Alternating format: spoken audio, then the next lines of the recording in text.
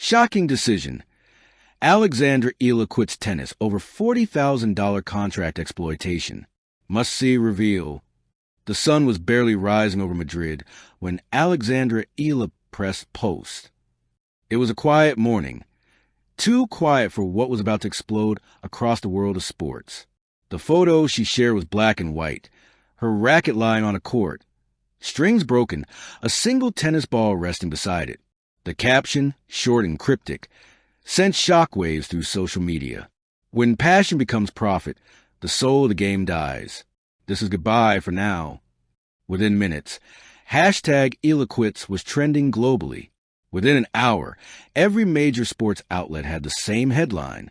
Alexandra Eala retires from tennis at 20, reveals contract exploitation worth only $40,000. Fans couldn't believe it. How could one of the brightest young stars, a national treasure, a symbol of Filipino pride, walk away at the peak of her career? But behind that single post lay a story of betrayal, courage, and the painful cost of integrity. The beginning of a dream. To understand Alexandra Eala's decision, you must first understand her love story with tennis. She was 6 years old when she first picked up a racket, a small pink one her father bought from a thrift shop. By 10, she was winning junior tournaments across Asia. By 14, she was training in Spain at the Rafa Nadal Academy, chasing a dream that felt bigger than herself. She became the face of Philippine tennis. Humble, fierce, intelligent. Her game was all fire and finesse, her smile lighting up every post-match interview. By 18, she'd broken into the WTA Top 50. Sponsors flooded in. Endorsements promised the world. The path looked golden. But the truth behind the glamour was far darker. The $40,000 trap. It began with a contract, one that seemed harmless at first. In late 2024, Alex signed a development sponsorship with an international sports agency that promised to handle her career management, promotions, and travel expenses.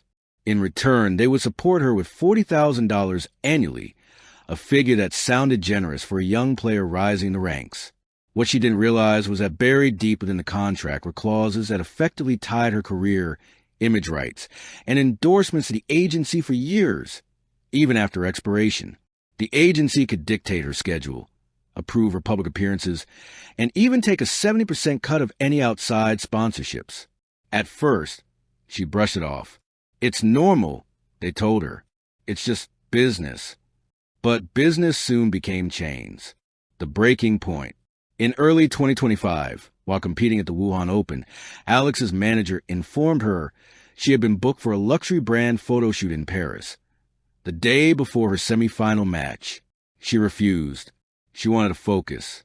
Her manager's response chilled her to the bone. You don't get to refuse. You're under contract. That was the moment she realized she was no longer playing for herself. She was performing for them.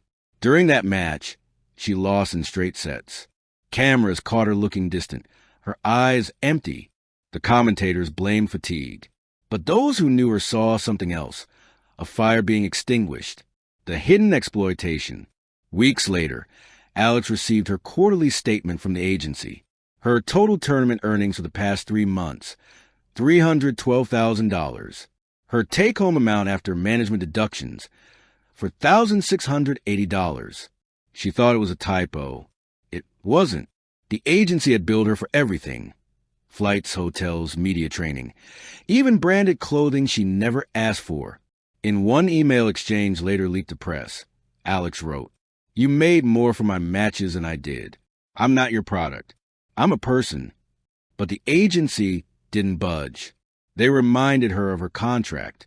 They reminded her of the $40,000 base support. It was all perfectly legal and morally bankrupt. The last straw, the real breaking point, came in August 2025 at the Shanghai Masters. After an exhausting 3-hour win, Alex discovered that the agency had used her name and image to promote a crypto product she had never endorsed, one that scammed fans into losing thousands. When she confronted them, their reply was simple. Your likeness is part of our brand strategy. You signed that right away. That night, Alex sat in her hotel room and cried. Not for herself, but for the fans, for the people who trusted her. She called her parents in Manila. Her mother, Riza, said softly, "Anik, if the sport takes your peace, it's not your dream anymore. Walk away with dignity."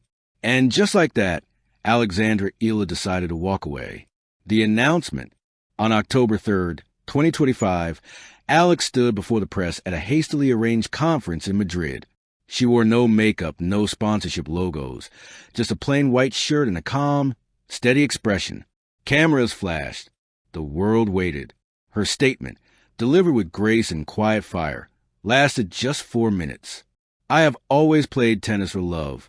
Love of the game, love of my country, love of the challenge. But when that love is taken advantage of, when it's twisted into contracts that drain your soul and exploit your name, then it's time to say stop. I am not quitting because I am weak. I am quitting because I refuse to be used."